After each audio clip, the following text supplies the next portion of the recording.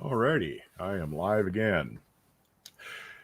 Uh, I'm not sure if StreamYard, I'm using StreamYards, and I'm not sure if you can really do a private stream with StreamYards. So I'm going to switch over to Streamlabs next time around to try and do the members stream. But what I'm going to do right now is pretty much the same thing I had planned for the members stream. I'm going to give you a little lesson on cast iron, and when I'm done with my little spiel, I'll put the link in the chat, and you can go ahead and join in if you want to, and I'm sure we'll veer wildly off topic from there, but it should still be kind of fun. And got Chef Orel Young and Jesus in the chat already, so at least there's somebody's watching. I'm not sure if I screwed it up or if my very few members didn't get a chance to watch it and were busy with something else. But what I'm going to do today is I'm going to show you how you can easily get a good idea of the age of cast iron if you're out shopping around looking through secondhand stores and whatnot, and you see a cast iron pan sitting there. Before long, you should be able to tell pretty much at a glance roughly how old it is. They usually break down into about three categories: pans that were made before 1930, pans that were made between 1930 and 1960, and things that were made after 1960. So first off, I'm going to show you a couple of old pans, the old style. A lot of the older, really vintage pans made before 1930 have an outside heat ring on them. That means there's a heat ring that's on the very edge of the pan, and they tend to have kind of sharply slanted sides to them. And I'll show you another one here. This is a Wagner made probably about 1910 to 1920. And you can see, it has an old style logo on it. But another thing you really want to notice is the style of the handles on them. They tend to be kind of a flattish handle with a reinforcing rib on the bottom that really goes into the side of it. And this one here, I'll show you. That's got a little bit of a kind of molded area where it reinforces it, where the handle meets the side of the pan. This is a copy, actually, of it's called a First Series Erie skillet. They were made by Griswold back in the 1880s. This one's somewhat newer than that, but you can see it has the very old style of handle on it. And a lot of times they also had kind of a reinforcing rim around the top. Once you start getting a little bit newer, the pans made after about 1930, the outside heat rings pretty much died off by the mid 1930s, and you start seeing two styles: either a smooth bottom. They made these so they work better on gas stoves. The outside heat ring pans, and this one here has an inside heat ring where it's set back from the edge a little bit. The heat ring pans pretty much died out by 1940. They were meant to be used on a wood cook stove like that one back there. So you could take one of the eyes off and set it right down in there, and the ring would help seal against the top of the stove just to keep any smoke from puffing back. But once you get past 1930 or so, the styles of the handles kind of changed. They tend to be thicker where they meet, but they don't have much of a reinforcing rib on them.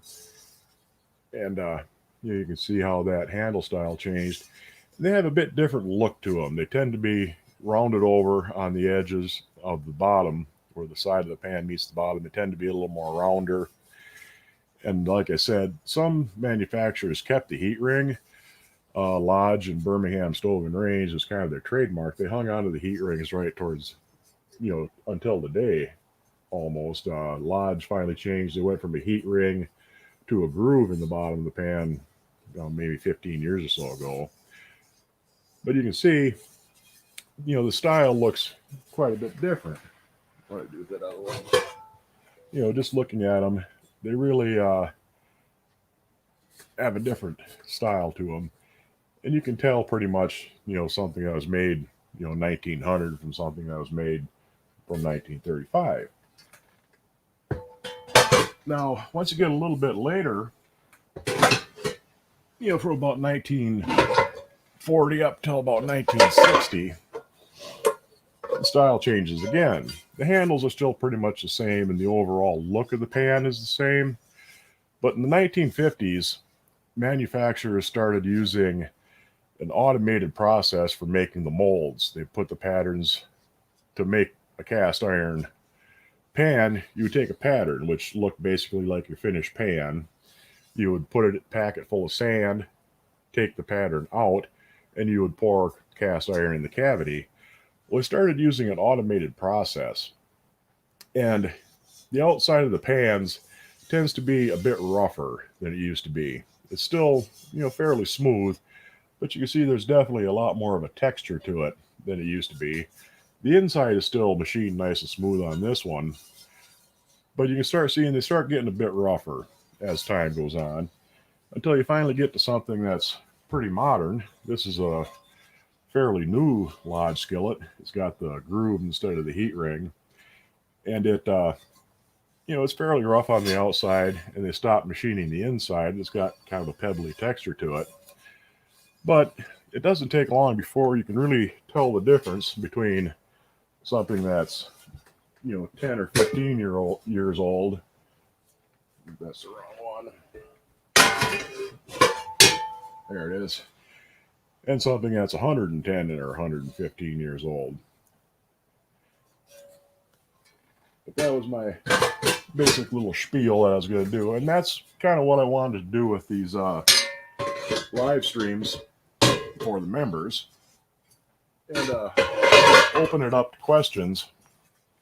If you have anything that you want to know in particular, or if there's something you want to try and identify. If you have a camera, I can bring you into the stream, and you can show it to me on camera, and I'll try my best to identify it. I don't recognize a lot of things, but if I don't, I might be able to look it up, or might be able to tell you that no, you're never going to find out who made that. Anyway, one other thing, a benefit of membership. A lot of people do giveaways on their members only channels, but it's not really technically legal to do that on YouTube. It's against their rules. But I can get away with that on Facebook. So all of my members and the members on the Facebook members group that I have set up, if you're a member, be sure you get into the Facebook thing. We're going to have a drawing. I'm going to give this away. This is a 1960s Lodge number 8 square skillet. So if you're a member, you got a chance of getting this in the mail pretty soon. But anyway, I will put the link into the chat. And if you want to join in and chitter chatter, if you have any questions, something like that, I will go ahead and answer you as best I can. Paste, hit enter, and there's the link. I've really been watching the chat. I got to back up a little bit here and see what's going on.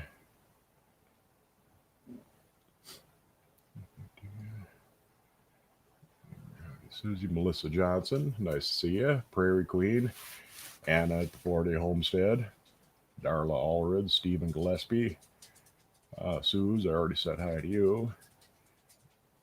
Killer Miller, yeah, that's a Griswold. That's a probably from the 1930s or so. It's a large block logo, they call it, and it still had the heat ring.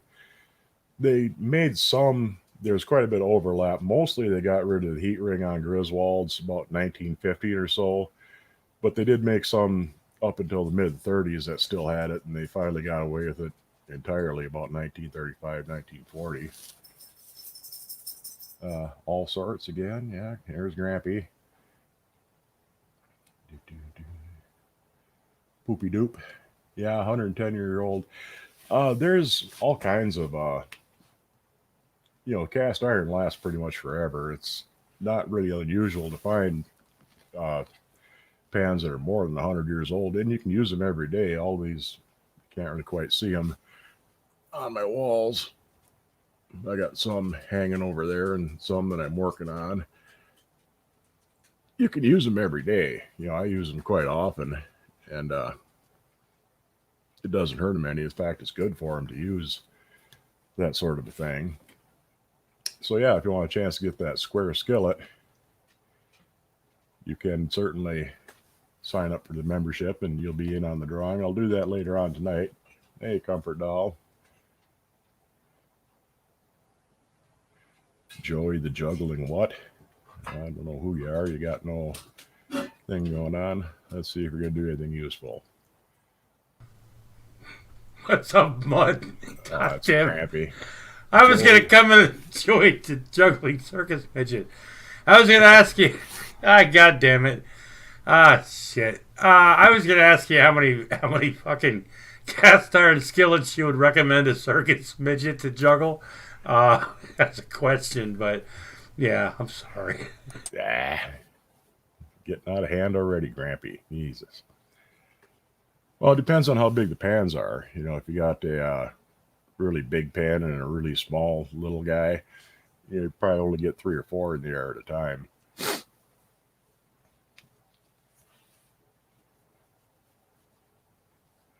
Yeah, it probably would cost a fortune to mail to Canada.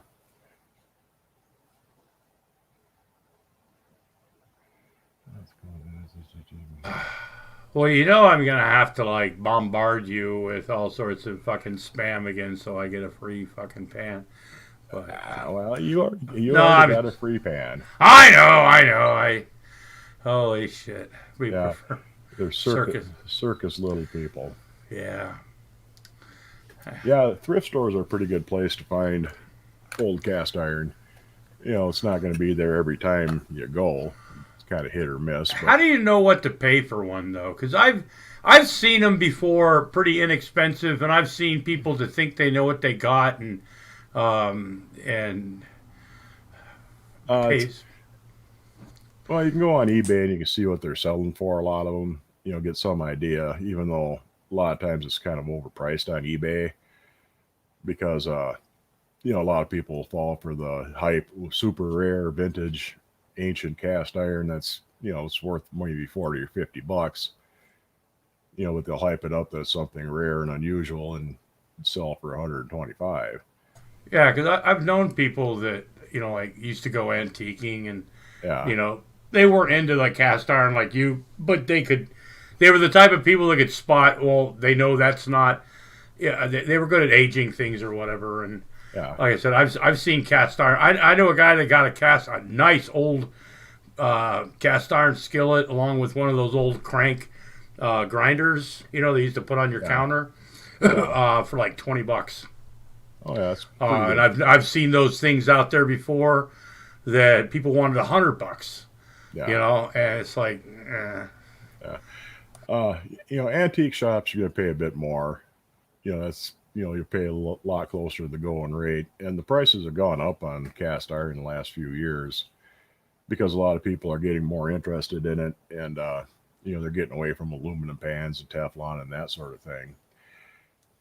And, especially really big pans. I mean, you get you know, your most common size for a big pan is a number 8, which is about 10.5 inches or so across.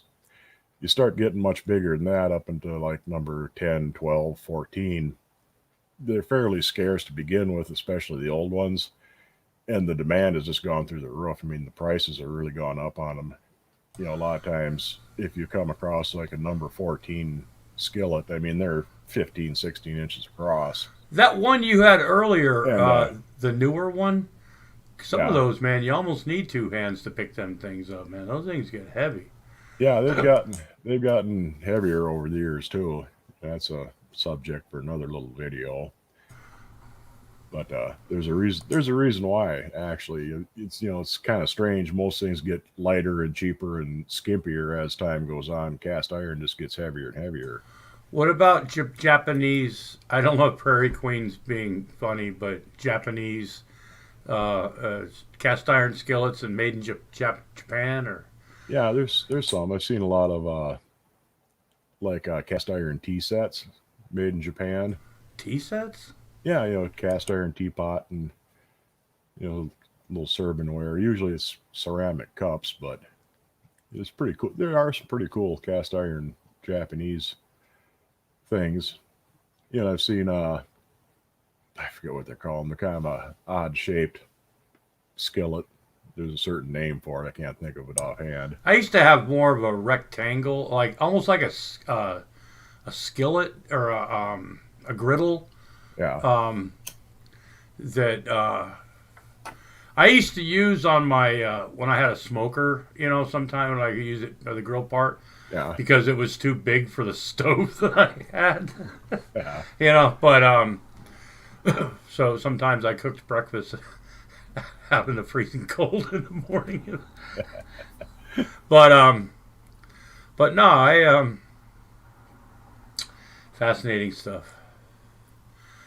Yeah, as far as I know, Luco is a pretty good brand made in Japan.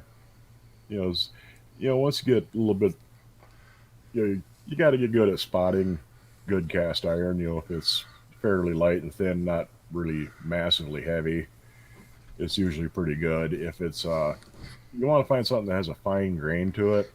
If you come across something that has a real coarse, gritty texture to it, it's probably not very good iron. I've done videos on how to tell a good iron from bad, but you should always buy the pan first instead of worrying about the brand name so much. If you find a pan that's really good, looks like it's made out of good iron, it's nice and smooth, and it's a good price, we'll go ahead and buy it because some of my favorite pans are cheap little made in Taiwan pans, and they work just fantastic. They work. You don't have to spend 80, 90, 100 bucks on a antique Griswold pan to have something that's going to work really good for you. So what in your opinion? What's the big? I mean, why are people coming back to or coming to cast iron? Why are people finding out about that now? Uh, well, it's been going on for a few years now, probably 10, 15 years. It's been kind of slowly gaining speed. And there's a lot of people really concerned about Teflon on pans because at higher temperatures, Teflon breaks down. And if you burn a Teflon pan and you inhale the fumes, it can actually be pretty dangerous for you. And people are also concerned about aluminum. Too much aluminum in your diet has been linked to Alzheimer's. So they want to get away from the Teflon and aluminum cookware. And cast iron, you'll pick up a small amount of iron from the pan itself. And Well, a little bit of iron is good for you, I heard. well, it is. A lot of people are, a little bit anemic, especially women, and a little bit of extra iron in your diet is good There you for go, you. ladies. Uh, although there is a disease where your body can't handle enough iron, can't really handle iron, so too much is a bad idea, but that's kind of a rare exception. I remember years ago when I used to go camping. I mean, I had like camping supplies. I think a lot of people were like this. I had an old cast iron skillet that I just had in my camping supply stuff Yeah, with my stove and everything because it was sturdy. It was like a camp. yeah, I didn't want to like bring my my bougie like fancy cookware. So you have a cast iron skillet because you're roughing it. yeah. Well, a lot of new cast iron, they stock it in the sporting goods section. Yeah, I see that quite a bit. It's usually fairly cheap cast iron, but if you it leave it out, works. yeah, it works good enough. And if you leave it out in the woods, you're not out a whole lot. Yeah. It'd be kind of bad if you left your 150-year-old antique skillet out in the boonies somewhere. Whoever left it out there, you need to go back and don't come back until you find it. Uh, I don't care if you got You'll arrested. break grandma's heart if you don't come back. I don't care if that bear's using it. Get it away from him. Oh shit. I told you not to fucking lose it. You bastard. A bear probably cooked better than him anyway. Yeah.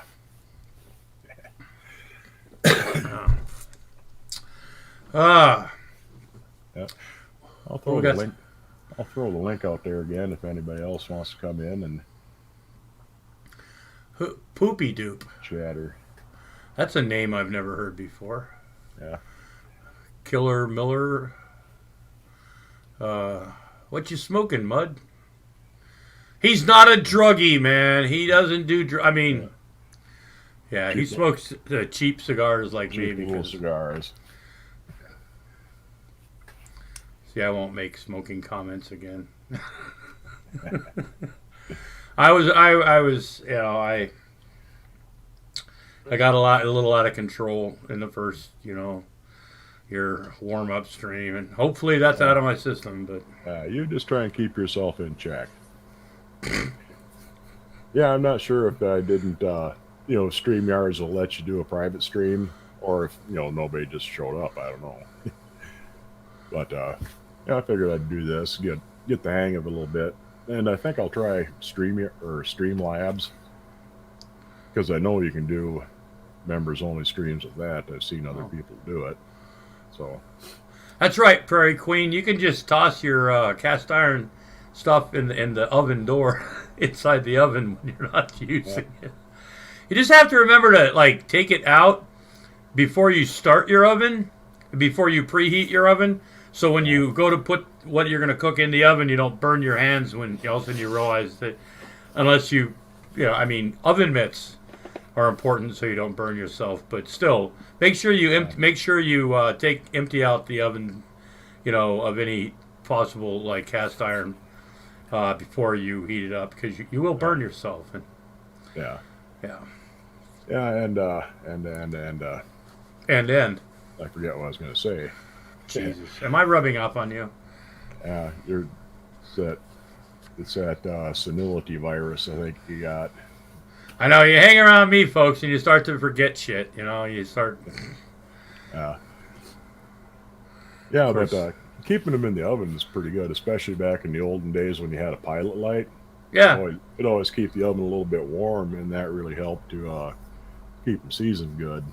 I never knew that. But you can put them in the oven and leave the light on if you want. That'll keep them warm too. Of course, then you got your oven light on all the time.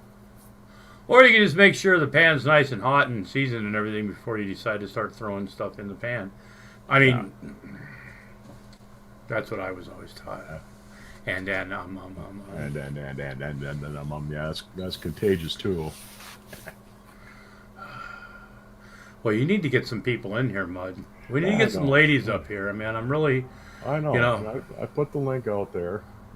You need a female. You need a co-host, a female co-host or something. Not that you're not cute, but. Oh, I know. I mean, we could do. I could go shoulderless, if you like. On either side. I have been shown. I have shown nipples. If that's something that, if that's what it takes to get the ladies in here. I could show cleavage if you like. I don't know if I have to go quite that far yet, but if things start getting desperate, we'll have Grampy peel down a little bit. Ladies. Oh, Lordy. It's a good thing my wife knows I'm crazy. But, jeez. Some women act like I do, and they go, "What are you doing? What do you want to fuck them too?" No, Jesus, it's a goddamn internet.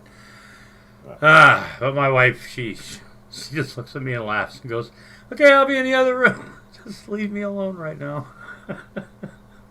I'm watching something."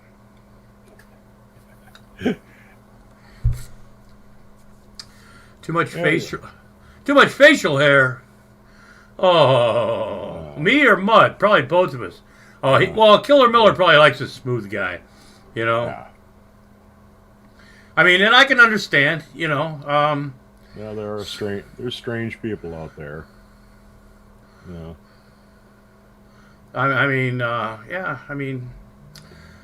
Everybody's shaving their bodies now, and I don't have anything really to shave. I got more hair on my face than I probably got on my entire body.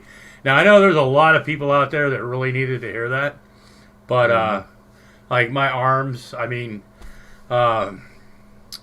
a hairy guy. It's the most hairy on my head, on my face. That's pretty much it. So. Back in the day when, hairy chests and hairy backs and everything and hairy men were a big deal, I felt left out. But now that I've hairless like a Sphinx cat. Not quite that hairless, but I think you're getting pretty close. Yeah, I don't know if they can do. And I do own a cat too, so. I don't know if they can do hair plugs for body hair. I mean, where would they find it? Where would they take it from? God, I know that would be the. That'd be quite the look, I think, with the doll hair on your chest. That fuzzy shit. The little plugs about that. Yeah. Tall, a quarter inch apart, little tuft hair there. My sister used to pull those out of the dolls' heads and then like fill them up with water and then squirt them, and there'd be a bunch of little holes in the doll's head, from where the air plugs were, and it would shoot up water. We were a sick family, folks. Your last stove was cast iron elements. Miss it. I've had a stove with cast iron grates, like the burner grates. Yeah. A long time ago, but yeah, those work good.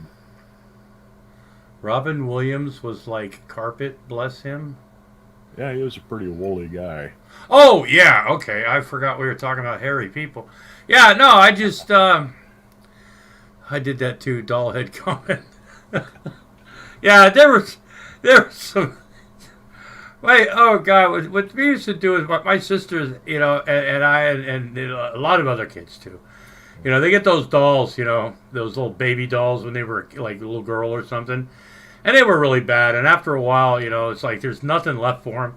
So you did horrible things to them. I mean, pulling the hair out so you could squirt stuff through their head. Pull the squeaker. They always had a little squeaker in the bottom, like if they were anatomically correct, that's where their pee hole would be.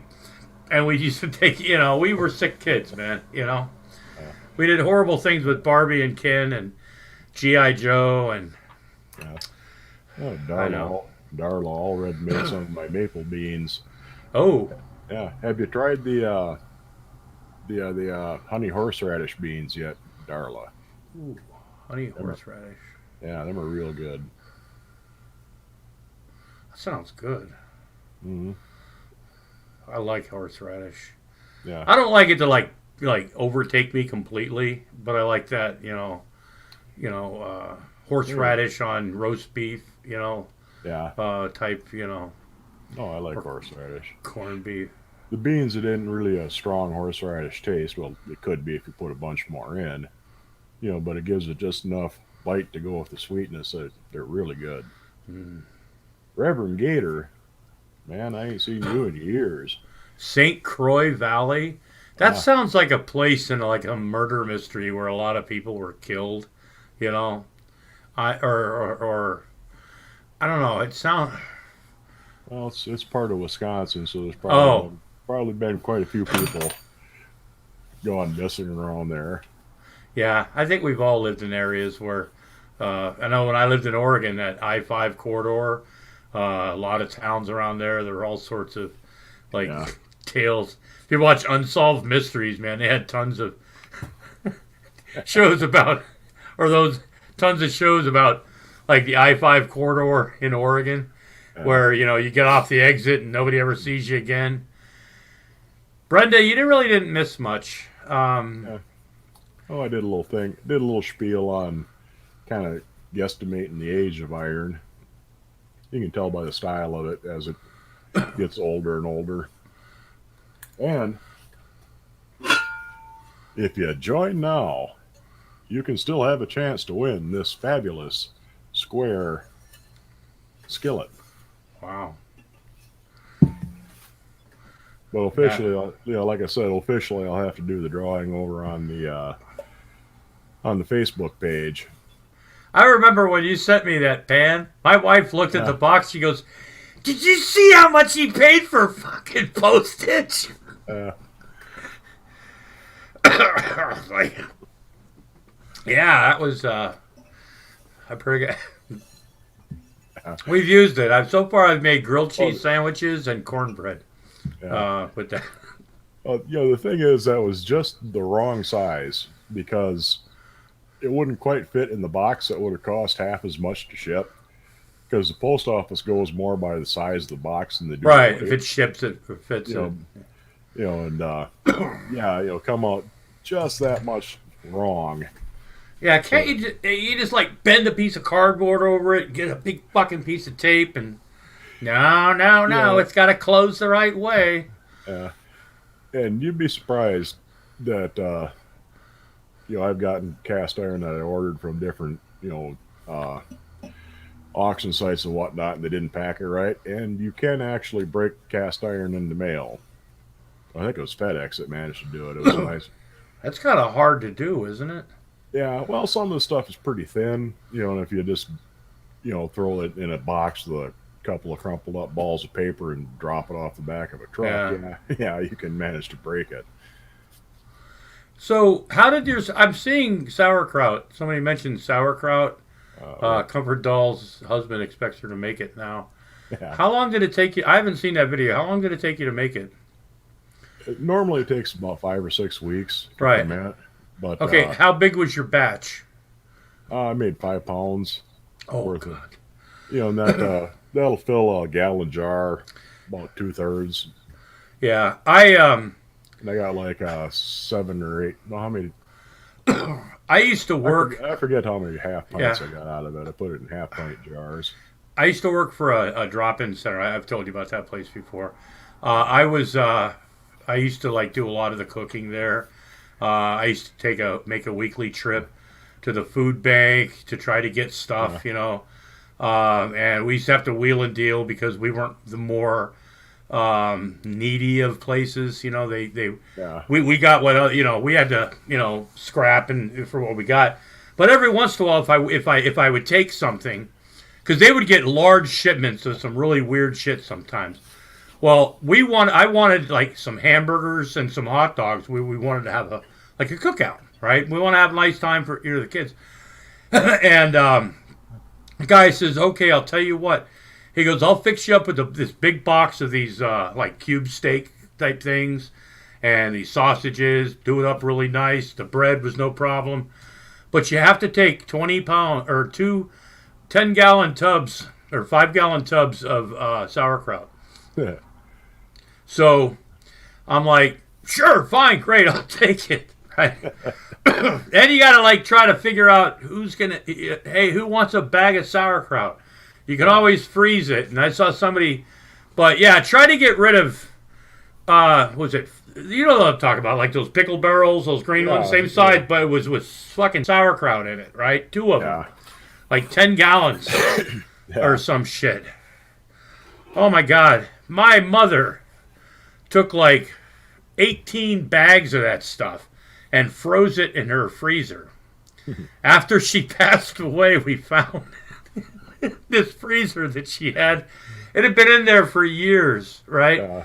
I was like, God damn, man. But we didn't eat it. But yeah, try to get. I love sauerkraut though, but try to get rid of 10 pounds of it. Yeah, especially a 5-gallon bucket of it. Yeah, we had Ziploc bags. How much do you want? You want this one? Oh, here, take a little bit more. Put it on your eggs. It's like, yeah, I like sauerkraut, but that's why I put it in half pints or pints. yeah, Because you need enough for a few hot dogs or fry up some sauerkraut sausage, something like that. I mean, like with you don't usually need a bucket of it. Well, yeah, I mean, if I'm gonna have something like that, I'll get like a little bag or a little can, whatever, and same with like if I'm gonna have like chili. Well, I'll buy a regular can of chili if I'm gonna have chili dogs because you can never have too much chili on a chili dog, Yeah. And then you can always dip it into your French fries too. Yeah. So. I see Brian's Aquatics is here. He's one of my members. Oh. You'll be in the drawing for this. So there's actually only 2 people so far that are eligible because I've already got something. So it's between. So I think, I'm just saying, instead of having a drawing, they should maybe write an essay. Why I deserve this square this square pan over the other person. What makes them more? Why do they need it more than the other person does? And you can shit on the other person too if you want. Everything's fair. Yeah. It's a contest, folks. Bring some blood. Make threats. Yeah. Yeah, Let's have a short. Yeah, Brian. Like I said, it's technically against the terms of service to do members only drawings on Yeah, didn't the YouTube. Geek Room get in trouble for that? Or Well, you can do a drawing for every public drawing for everybody that's watching your channel. But if you have a membership thing, you're supposed to, you can't technically. I think legally it'd be considered a lottery or something like that. Queasy, he You would know, mail it to you. Hell, you're in the no, UK. He doesn't give a shit. I mean, that's a bit more than I want to pay. oh, never mind, Queasy. I'm But sorry. but if I do get enough members, if I had like 100 members, yeah, I could afford Yeah. overseas. I could afford overseas shipping then.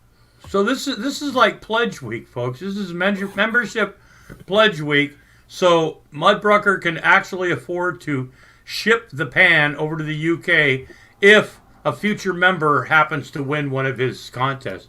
Folks, it's a humanitarian thing. It's for a good cause. It's for the kids, folks. It's for the kids. And by the kid, by the never mind. Yeah, Brian, do you have a Facebook page? Because when you sign up for the membership, it's supposed to give you the link for the Facebook group. Baked scarlet sausage and kraut with a side of boiled taters. That does sound Oh, good. oh man. My wife made pierogies and kielbasa lately. She's done that a few times. She's been on this. Brenda, you don't have to join. Nobody's obligated. And you've been more than generous enough today as it is. She already paid her share. Yeah. Oh my God. Uh oh, you got a new member. Hey, all right. Woo, woo, woo, woo. Okay, bring out the monkey. Uh, You gotta have something special for new members, like taking off your shirt and twirling. I don't know, maybe. I don't know about that. Although I am, quite an attractive man. Yeah, that's true. Most- He's got the mud cannons, ladies. I mean, but he's also looking for a lady that's pleasant to the eye, but a lady that can also chop wood. Yeah, because it's life is hard out in Mudbrook. A lot of labor involved. And being able to go out in the cold to start the car or the truck Yeah. before he goes out there is awfully important too, ladies. You have to remember that. Yeah. I'll get you a nice set of long johns, so it won't be that Yeah. bad. With the flap in the back, so you don't have to worry about those problems. I mean, and what young lady? I mean, what lady? It doesn't matter if they're in the childbearing age anymore to you, Bud, because I'm pretty sure you're done with having kids. Yeah. But an older gal that's looking to, like I said, if you can still swing that axe, ladies, living that country life, it's. I don't know if I was a chick. I mean, if I was a woman, I'd be like, you know what? I'd go after Mud, big guy, not the northern winter type of gal. Comfort Doll, I agree with you. I'm not a winter type person either. I've been in New England for 10 years. I'm used to it, but I'm still not a. I already start your 4x4 before you go to work, but my wood chopping days are probably over. Well, Prairie Queen is out of the equation, so. Well, more woman than most men can handle, and more man than most men will ever be. Probably, sure, Oh, Brenda, I'm loving you more and more every day. See, I'm the kind of guy that I've got, well, why don't we just call somebody to have some fucking wood delivered, Either that or have to pay somebody to, cut the tree down and chop it off. I kind of have it delivered. I buy a semi-load of logs every few years. Of course, you still got to cut it up and split it and load it up, stack it, and haul it in. Wow. See, I would bypass that part too. Yeah, but you pay more. Yeah, that's true. So, well, sometimes the boyfriends don't always approve Anna at 4-Day Homestead. These are names that I've never heard before, Mud. So hopefully I'm pronouncing them correct. Anna at 4-Day Homestead. Is that like a a business, or is that a family name that I don't understand? What is that? Is she Mrs. Homestead or Miss Anna? I mean, is Forday her last name or middle name? I'm guessing. Well, it could be your maiden name. Oh yeah, hyphenated, Forday might be the maiden name, and Homestead might be the last name. married Mr. Homestead. Yeah, Forday. Okay, I get that. Okay,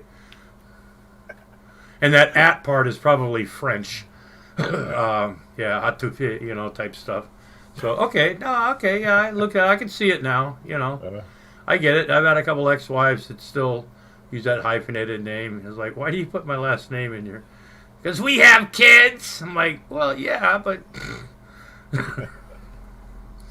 well, we were married once. I'm like, yeah, but we're not anymore. Yeah, no,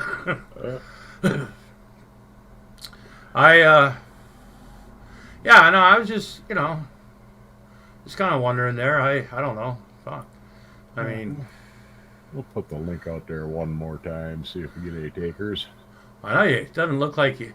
Mud pies with taste nipple tassels. I don't know. You ever thought about that, Mud? Yeah, Putting on some Not really. brown tassels and shaking your money maker for a little extra scratch. I think the glue might be a little bit painful to get off. Yeah, that would hurt, man. I mean, goddamn. Yeah, and I don't feel like getting the pierced on kind. That'd probably be real painful. Oh, God. Piercings. Fuck. That's why I don't get any more ink. I mean, well, ink, like tattoos years ago or piercings, because that shit hurts, man. God damn. And if you get a tattoo, you can't be, like, knocked out. They won't give you, like, anything to put you out while they're doing it, so. And I have a very low threshold of pain. So, these people that get their arms and their legs and everything all tattooed up and shit. Like, hell no, man. I don't like pain. I don't give a shit if it hurts a little. I don't like pain. I don't know. Unless I'm getting slapped around by a good woman sometime and I deserve it, maybe. I don't know. But...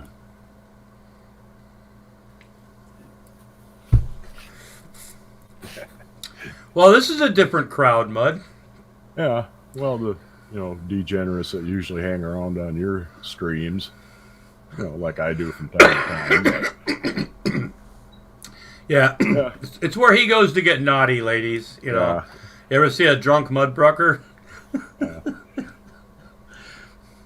Here I am, trying to be polite, and Grampy's just swearing up a storm. And I know, and I do apologize.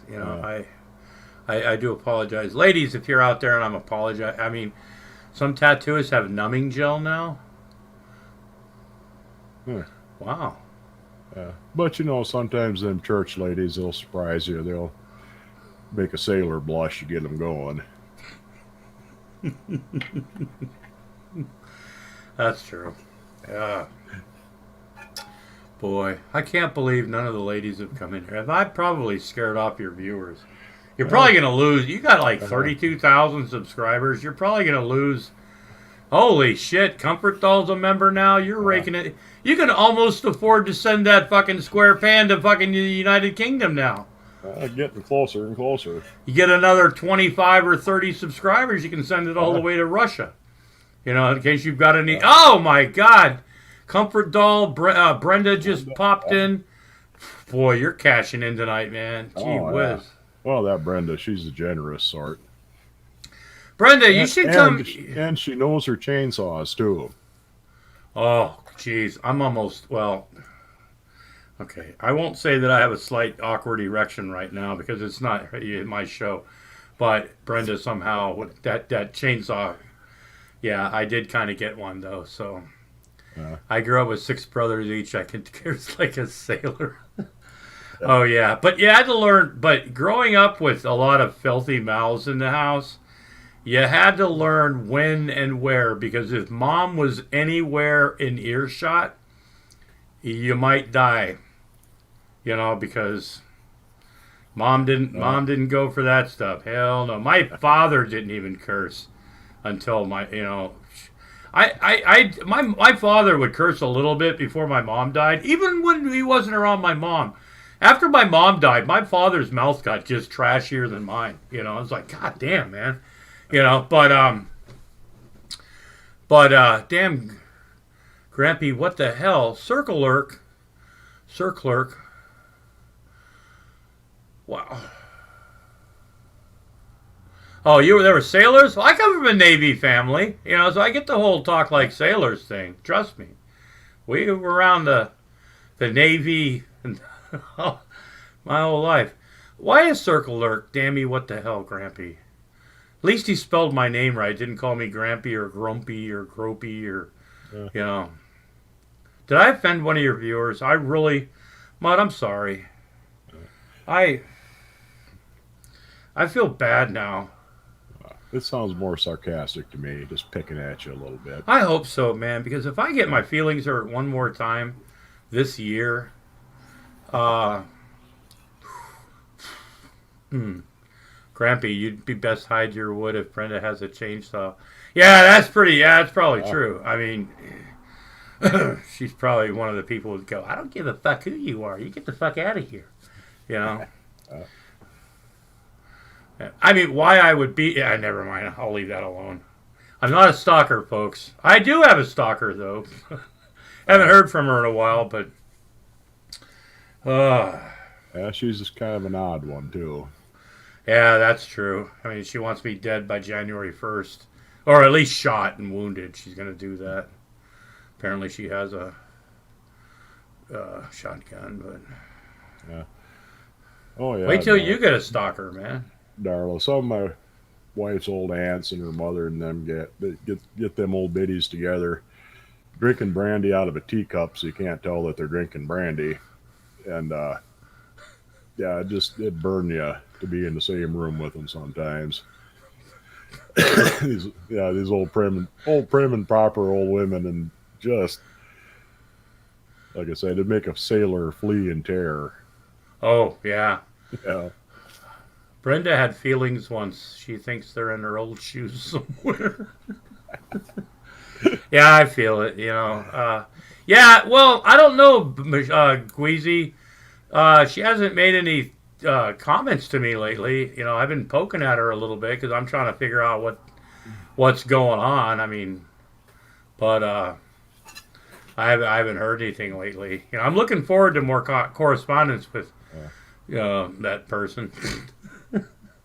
Because I find it funny. Cast iron from China. Yeah, well, pretty much all cast iron nowadays, especially, they use a certain percentage of recycled iron, and a lot of engine blocks and breaker rotors and things like that. And it's not so much motor oil residue, that'll all burn off. But there's been some rumors that some of the Chinese cast iron has lead in it. Gets a bit of contamination, and nobody's actually found any when they're testing for it.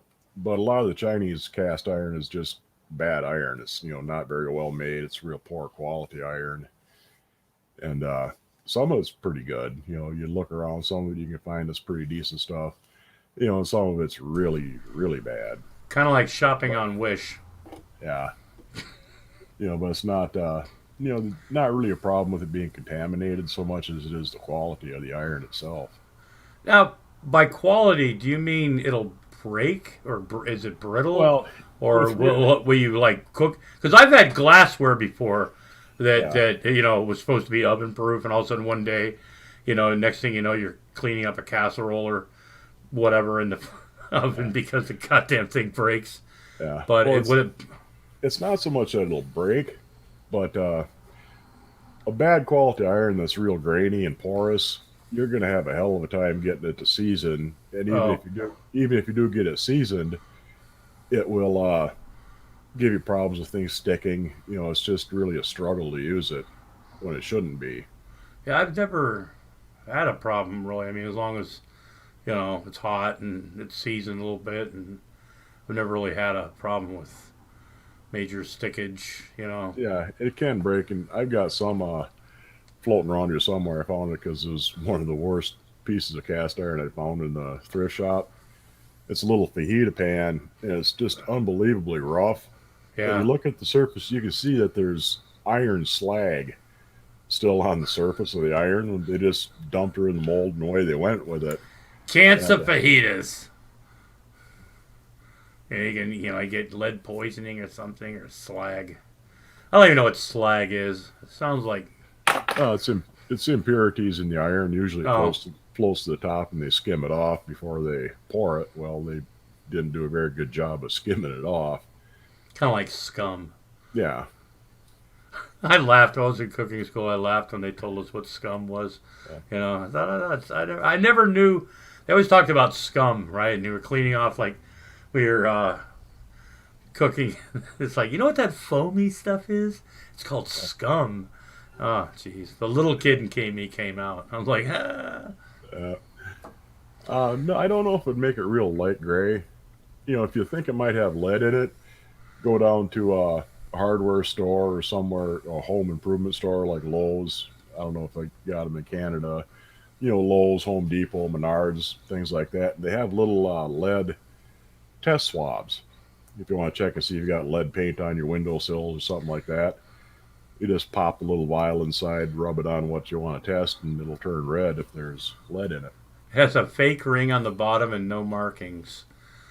Yeah. Yeah, it probably could be Chinese, but cast that's never been seasoned can be a real light gray. So it's probably not because of lead in it, Yeah. or it could be too. I'm not really sure because I haven't come across it had any lead in it. Something else you might run into if you get an old kettle that's been painted, they might have used lead paint on it. And if you strip it off, you might be able to get it to come clean. But if you get an old painted kettle and you want to try and restore it, be sure to once you get all the paint off, get her all stripped down. Be sure to test it for lead. Make sure there's no lead residue on it. Is that why, besides it would be a stupid idea, that like with commemorative painted plates and cups, they say this is not an eating or drinking utensil? Yeah, a lot of I mean, not that it would be a bright idea to, yeah, eat out of like those plates that cost yeah, more than the plates that I have in my own kitchen. yeah. A lot of the like Chinese stuff, they still use lead paint or lead glaze on Yeah.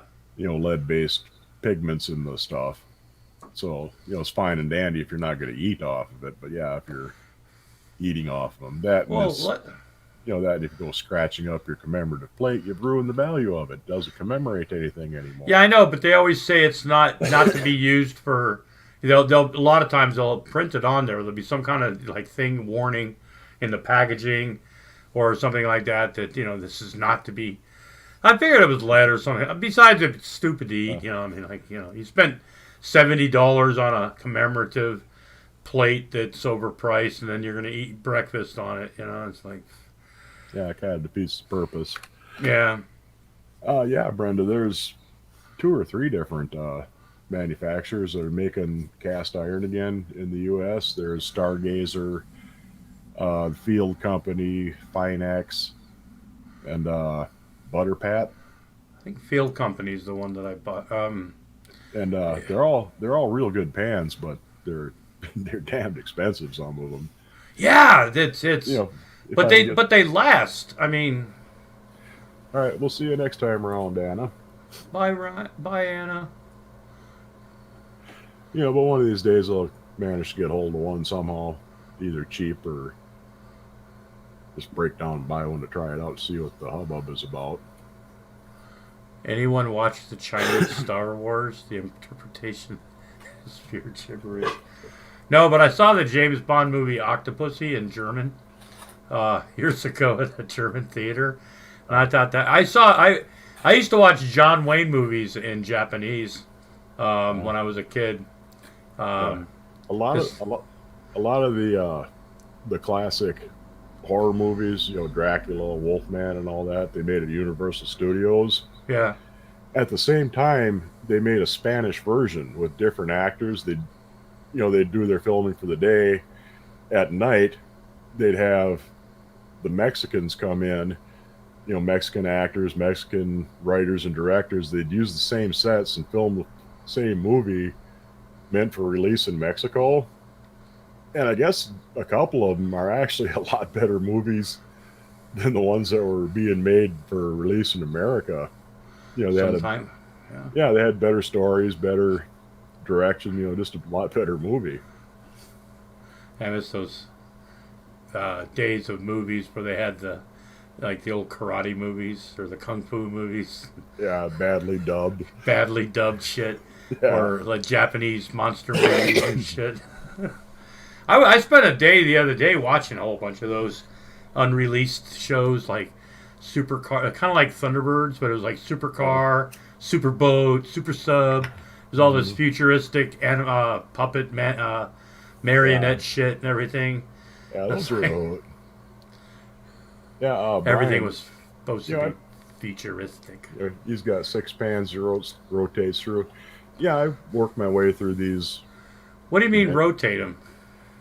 Well, I try and use them, at least every now and then, because Yeah. it does them good to keep them used and, keeps them in best shape. So I make a point of if I haven't used a pan in a while, I'll use it. Do they get feelings hurt and stuff like that? I mean, do they Oh yeah, they start crying because you're not paying them attention, and Jesus. you gotta get in there, calm down your cast iron, and Kitchen drama. yeah, I mean it can That's get why ugly I got out of the sometimes. food business, folks. Monkey magic. God, this is. Oh wow! I've seen a few people that Queasy. I know Prairie Queen. She stalks me. She's gonna be my Scrumpert doll. Prairie Queen seems to be everywhere I am. I don't know why. But the rest of the name, I really, wow. Traveling in different circles. It's really strange for me, where I'm not as high as I normally am. I could be, but I thought, well, I don't want to be a complete dick on your stream. I can save that for my own shit, but Yeah, no, it's pretty. The corn stick pan is sensitive. yeah, Oh. they are. They can be real difficult to deal Hey, with. have you? Speaking of that, I've seen those cast iron pans that have like it looks like you can put corn in them, ears of corn. Yeah, I mean, I've roasted corn, ears of corn on a grill. I've never. Yeah. Do you just Yeah. put them in the oven like that, or? well, they're for Or do you- making cornbread. Oh. Fill up a cornbread batter and you pop it out. Oh, I thought you put ears of corn. Okay, never. Well, I suppose you could. That'd probably work pretty slick too. that's what I always thought they were. So. roasting corn in them.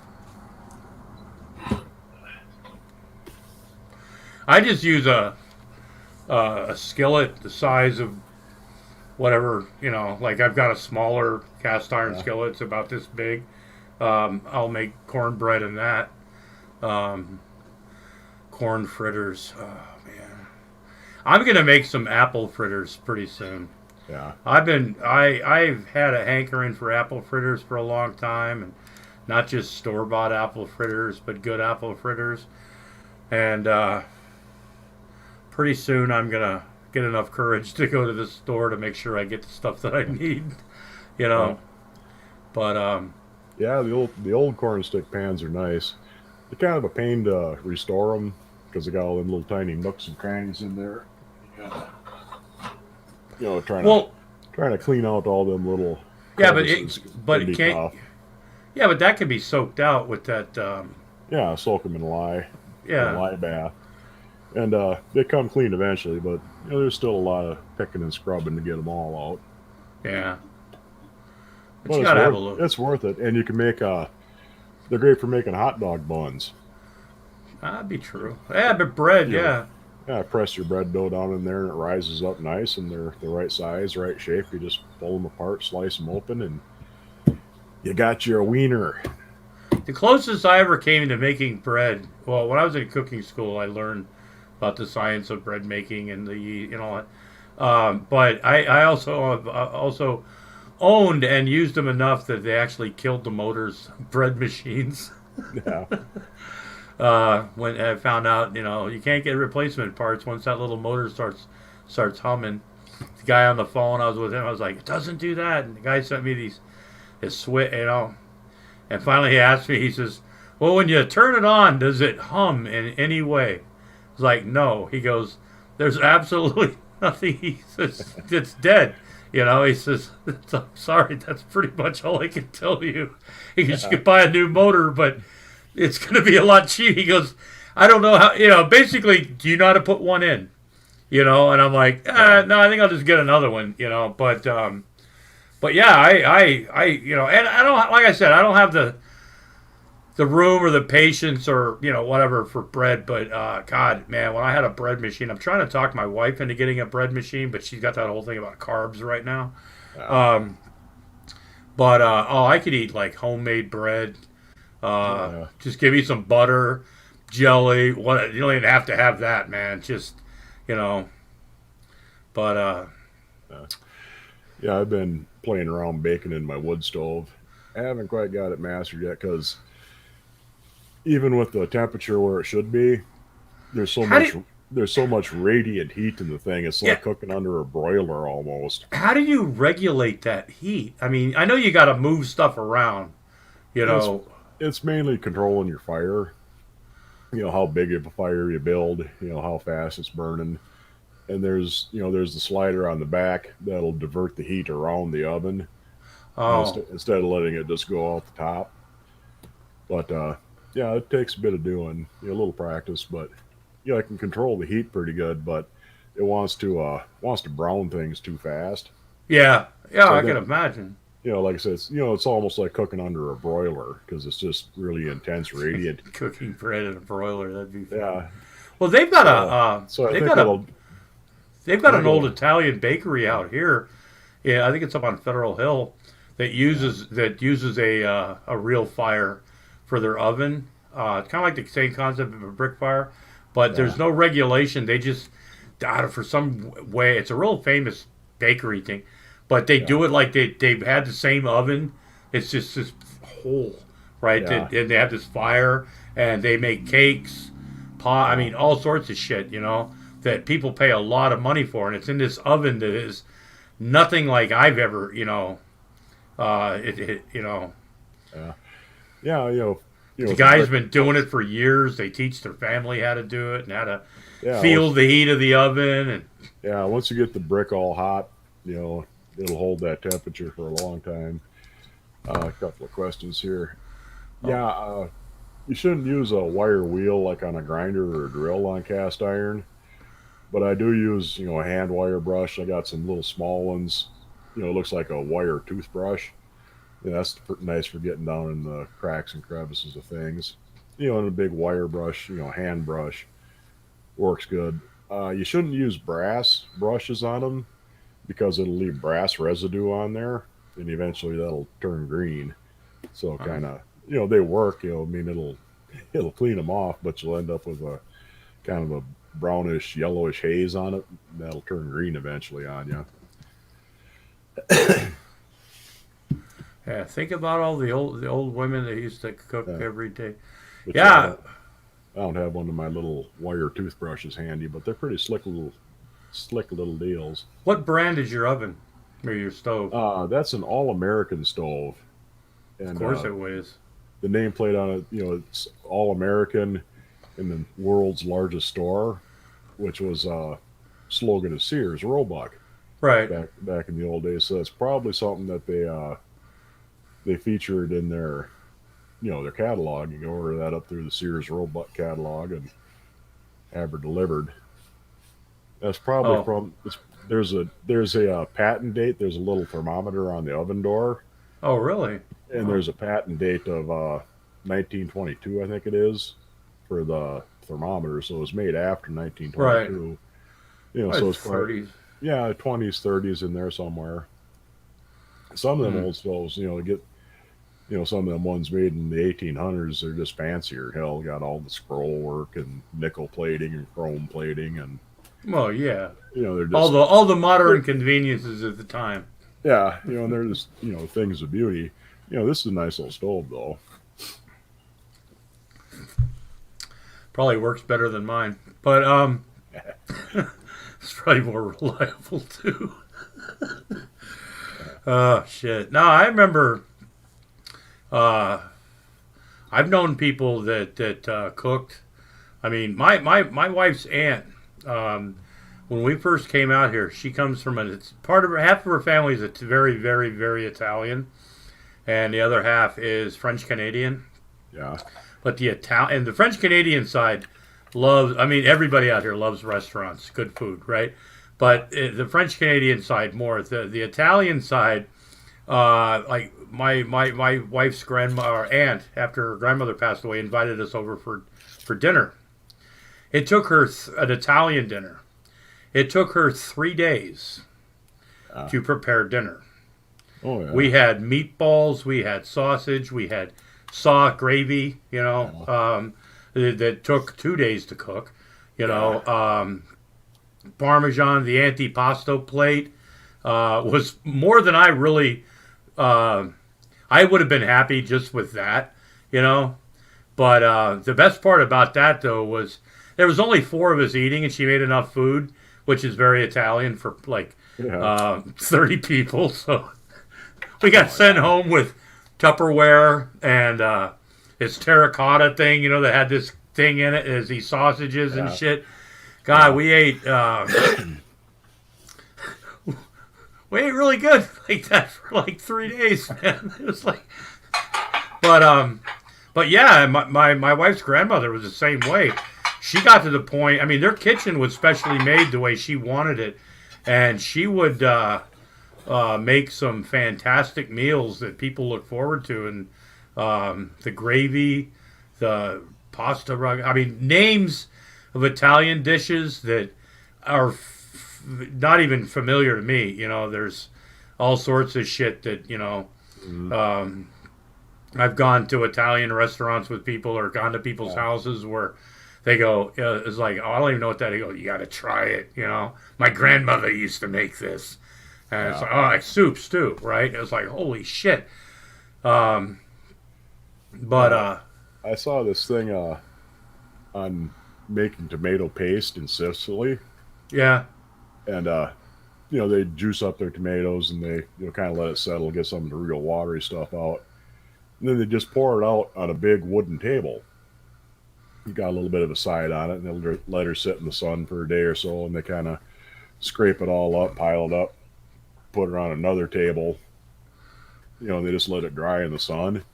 In between the wood and soaking up a little bit of moisture, and they're plowing up little furrows of it. Yeah, it was pretty cool to watch. Have you ever spent a day blanching and peeling tomatoes? Yeah. Oh yeah. God, that was... Did a lot of that as a kid. Yeah. Oh my God, peeling apples, tomatoes, pears, something like that. Still do. Oh yeah. Well, I haven't done that in years, but oh God, we had these giant. When we had apple trees, we had these giant Rubbermaid trash cans. We'd go out and pick all the apples, and we would spend days at a fucking time just peeling fucking apples to make juice or applesauce, or I'd be like, can't we make apple pies with the peel in them? They do it with potatoes. People make potatoes with the peel on them. But I tried to make tomato sauce one time, and it turned into this tomato sludge that was almost like a juice. Yeah. It didn't taste bad, but it was like really, I don't know. It wasn't either one, and I just dumped it. I was like, nah, it's... Yeah. It wasn't even something I would use for a base, or something like that. It was just if you want to make tomato sauce, especially if you're going to can it, chunk up your tomatoes and freeze them first. Then when it thaws, you'll get a lot of watery stuff in the bottom. Yeah. You just pour that watery stuff up, and then you cook down your tomatoes. Oh. Because when it freezes, that's why you can't. They'll be mushy. That's why you can't. That's why you can't freeze tomatoes and thaw them out and have them be nice tomatoes.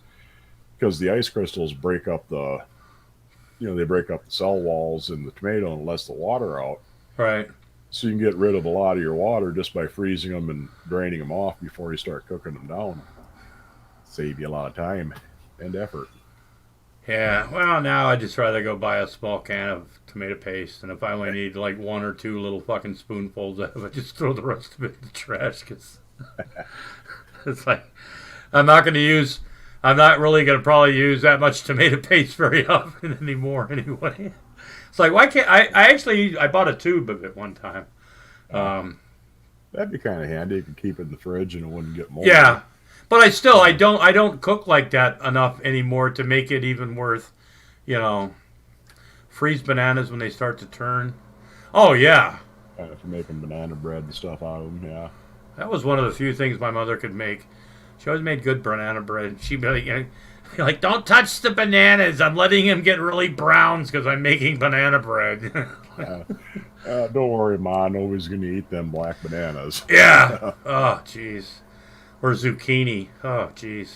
I don't even grow zucchini anymore. I did. When I first started a garden, I didn't know how zucchinis grew. So I was buying those little packs of 6 plants, and each one I was growing. I bought like 5 of those ones for zucchinis. I bought like 20 different, like I probably had 35 tomato plants one year. I had all sorts of shit, all sorts of tomatoes, but lettuce, all sorts of greens, growing great, corn, the whole bit. And I would give away a lot of the produce that I make because it was just Yeah. me and stuff. And I would check my I had one year. I think I had like 20. I don't know. It was way too many zucchini plants, and they would like pop up like literally overnight. I would check the little blossom bloom thing at night before I would like go in the house.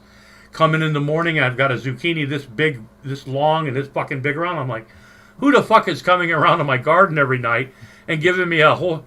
So there were a lot of people and places that I gave away apples, lettuce, all sorts of greens, tomatoes, lettuce, all sorts of stuff. And there were places that would go, we would love to have some more, but please, we don't need any more zucchini. Yeah. So when I volunteered, I was working as a volunteer at the local animal shelter. And I took these 3 giant zucchinis. I was just trying to get rid of them. I'm like, somebody's going to eat this. Stuff a zucchini, whatever the fuck. Yeah. And this guy that worked there, him and his son, the guy, he asked me, he says, I'll take him. He goes, if you don't care what happens to him. And I'm like, I don't give a shit. I said, just for, conversation, what are you going to do with him? He goes, well, me and my son usually like to shoot pumpkins, but we can't get any right now. So basically, we're going to blow up your... Basically, we're going to use your zucchinis as target practice and blow them up. And I was like, that sounds great to me. Can I watch? But, oh, jeez. Yeah, it's just, I learned my lesson in 1 year about zucchini. Because my mother loved to cook with zucchini bread. I love fried zucchini. I love zucchini. But there's a lot of things out there that I can eat too much of, and zucchini is one of them. You can only have so much zucchini before you start to, like, almost hate it, Oh, yeah. Start bagging them up and leave them on your neighbor's doorstep in the middle I of the had night. stacks of zucchini like people stack their wood. I'm not kidding you.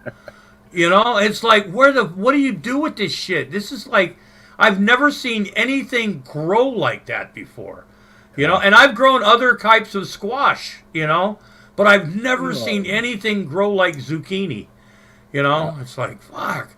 You put on cookie tea and bake? You put on a cookie tea and bake? And now, is that like a sexy time baking? The way she says Prairie Queen puts on a cookie tea and bake. Now, is that like a cookie T-shirt or an apron that you bake sexy time for Prairie King, or I don't know. I am really destroying your stream tonight. I looked away from the comments for a minute here and lost track of where I am. Clean tuna cans out and use coffee filters in them. You ever butchered, clean cut, packaged, cooked, and canned 300 chickens a day? 3 of us in my family do it every year. Really? We used to have Banty chickens, and we'd let them run wild. The damn things, they weren't free range; they were feral. Right. And, they'd roost in the sumacs, and by the end of the year, because they'd hatch out, 100 chickens a year just nesting Yeah. out in the weeds, you'd end up with a whole lot of surplus roosters. Oh shit. So, well, come butcher time, you're not going to catch these damn things because they won't let you get within 10 yards of them at the closest. So what we do, we load up the 22s and go on a big chicken hunt for a couple of days.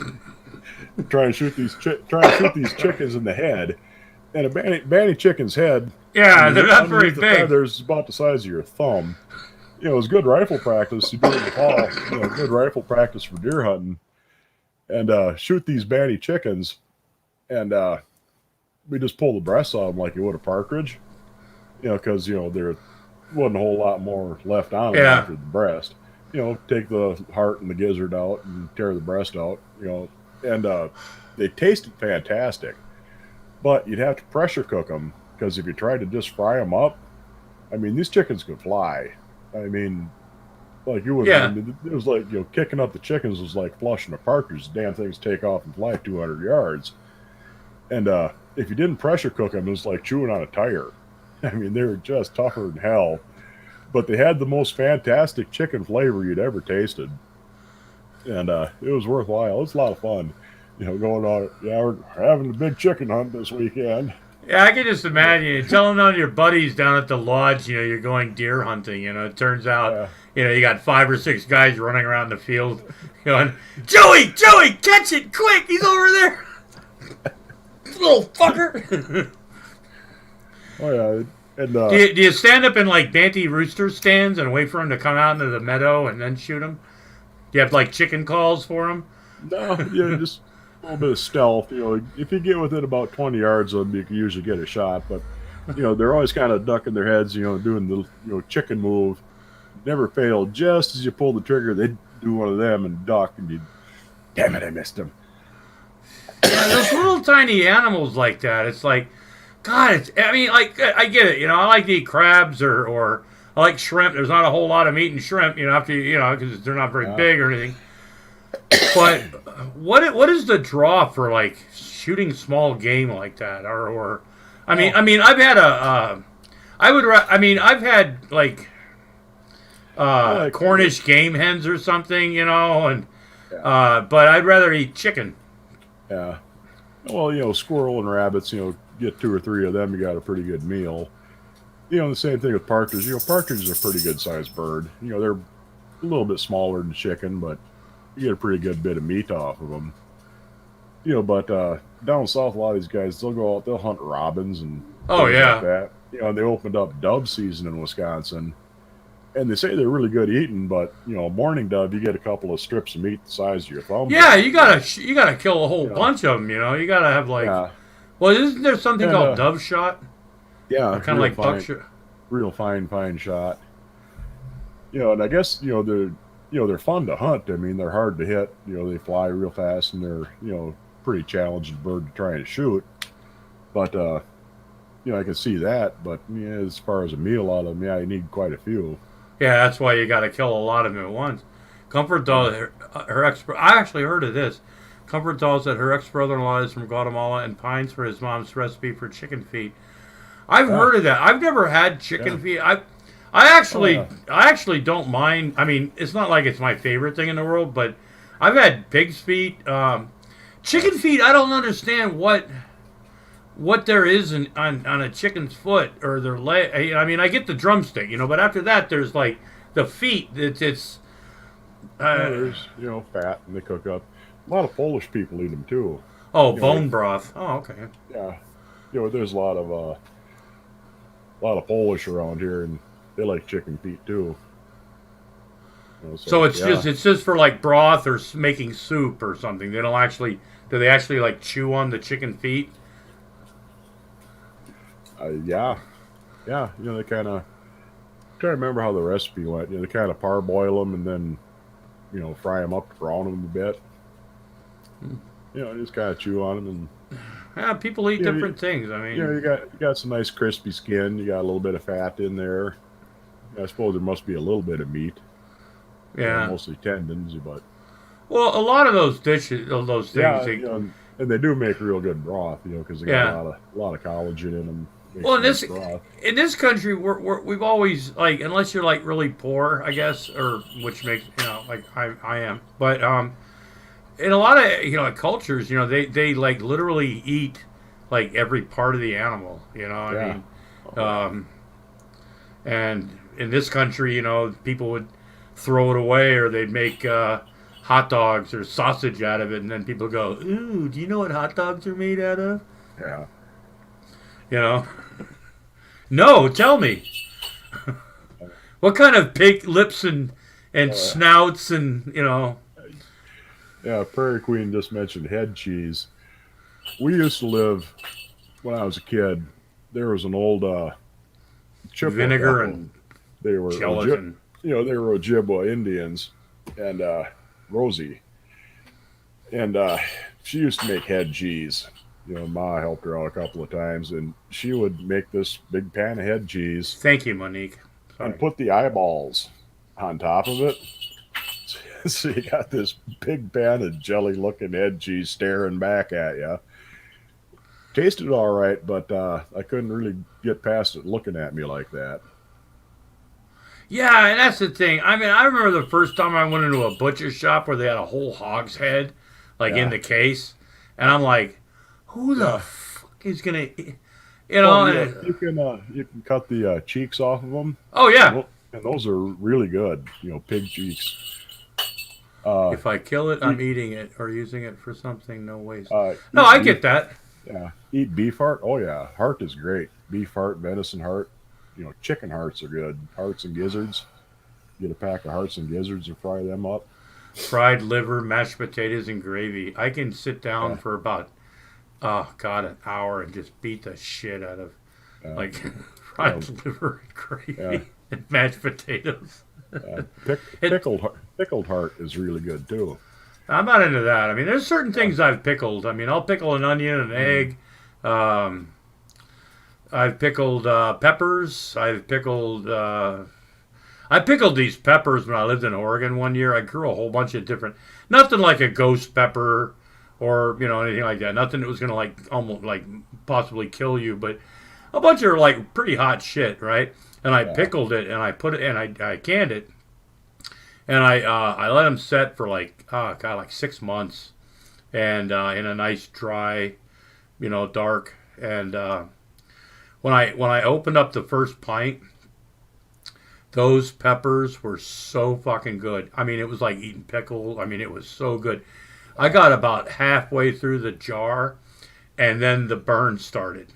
Now, yeah, like I said, it wasn't like a ghost pepper. I didn't think I was gonna die, but there's that point where you go when you realize how many peppers you just ate, and yeah, sure they were good, but now it's gonna hurt for a while. But yeah, you're still eating the motherfuckers because they taste like pickles and shit, right? I used to call them jars of death. Um, yeah. I gave a jar to a friend of mine. He ate them and he called me a pussy. Well, he called me a wussy because he didn't think they were that hot. And I'm like, well then, fine. Just but they Yeah. burned a lot of people. Yeah. Yeah, speaking of that head cheese, Rosie's where I learned about fried fish eggs too. Catch a sucker and red horse in the spring when they're running, they're carp, and Tough get the egg brisket, tough. get the egg sac out of the female, and she mixes it up with a little flour, salt, and pepper, and make patties out of it and fry them up. And God, is that good? You wouldn't think so. I mean, fried fish egg sounds gross as hell, but There's a lot of things that you try sound it. gross. Yeah. Yeah, you try it sometime. They're just fantastic. When I worked in a deli for like 4 years with a few different like places, and I've always been a person that like we have kids. How do you know you don't like it if you haven't tried it? I try Yeah, and working in a deli there, especially in Baltimore, there's Polish, there's a lot of different yeah, ethnicities. So there were some things in the deli that I had never even heard of before. I was like, people eat this shit, but head yeah, cheese, souse, blood yeah. pudding, a lot of that stuff was in there.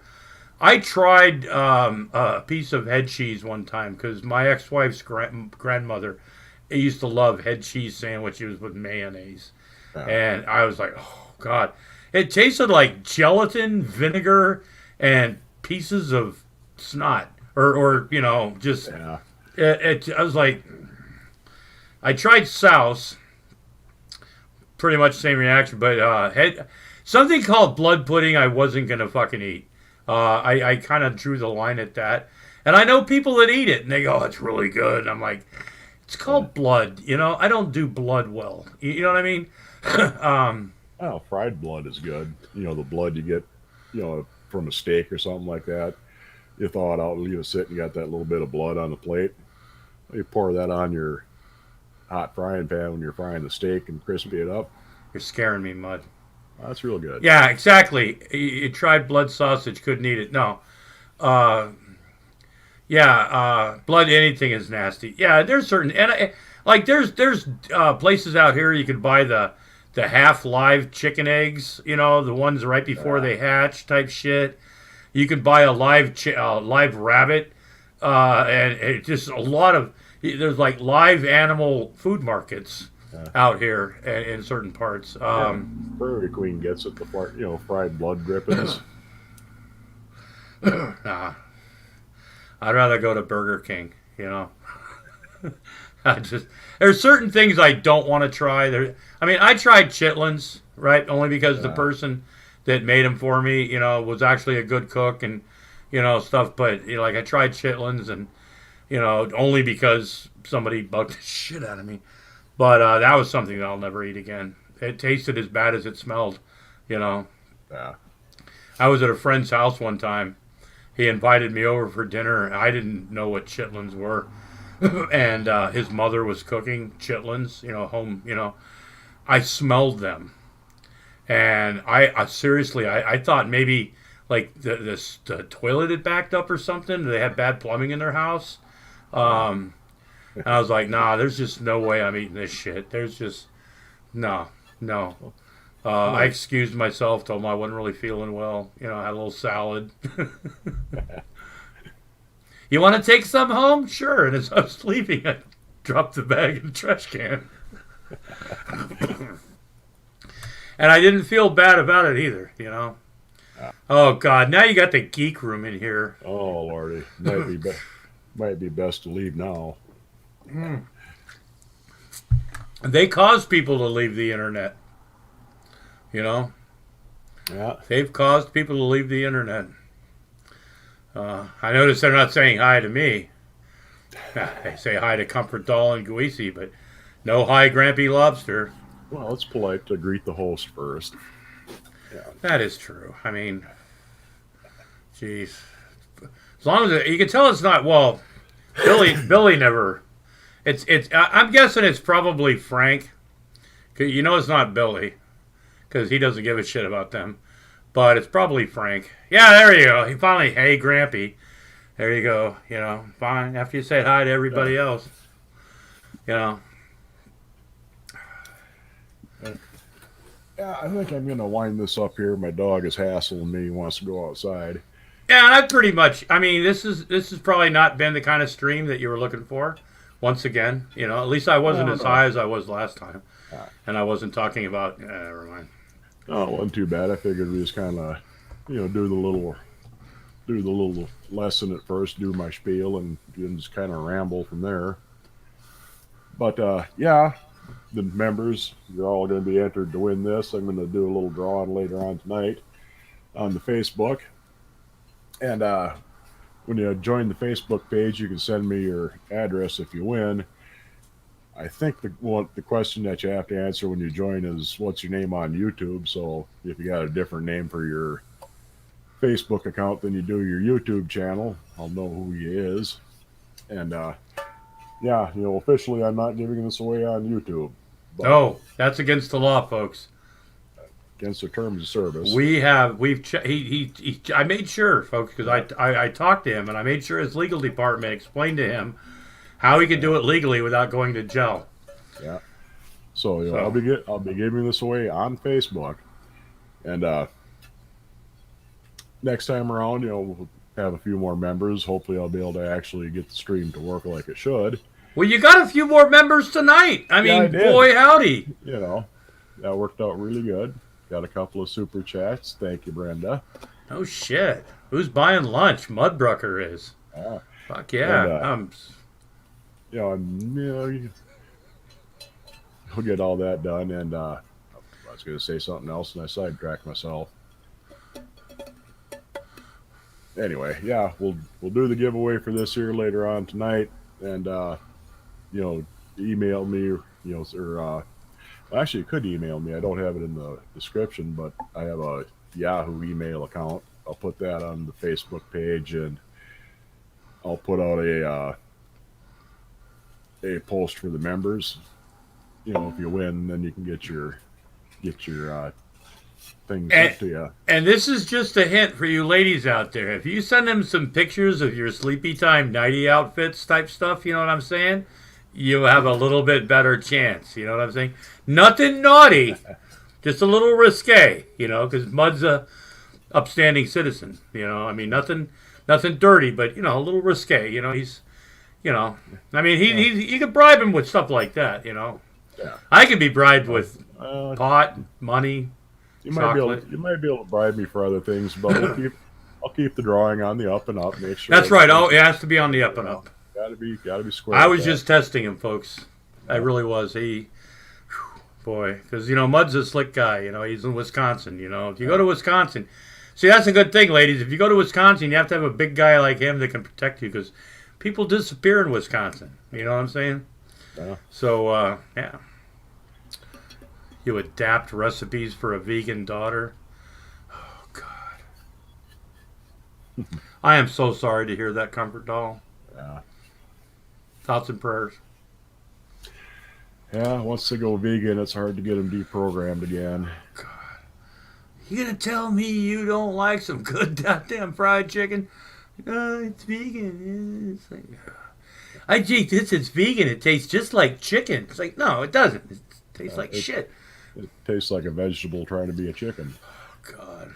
I'm sorry, folks. I get it. Some people want to eat healthier than I do. I mean, I love corn dogs, but...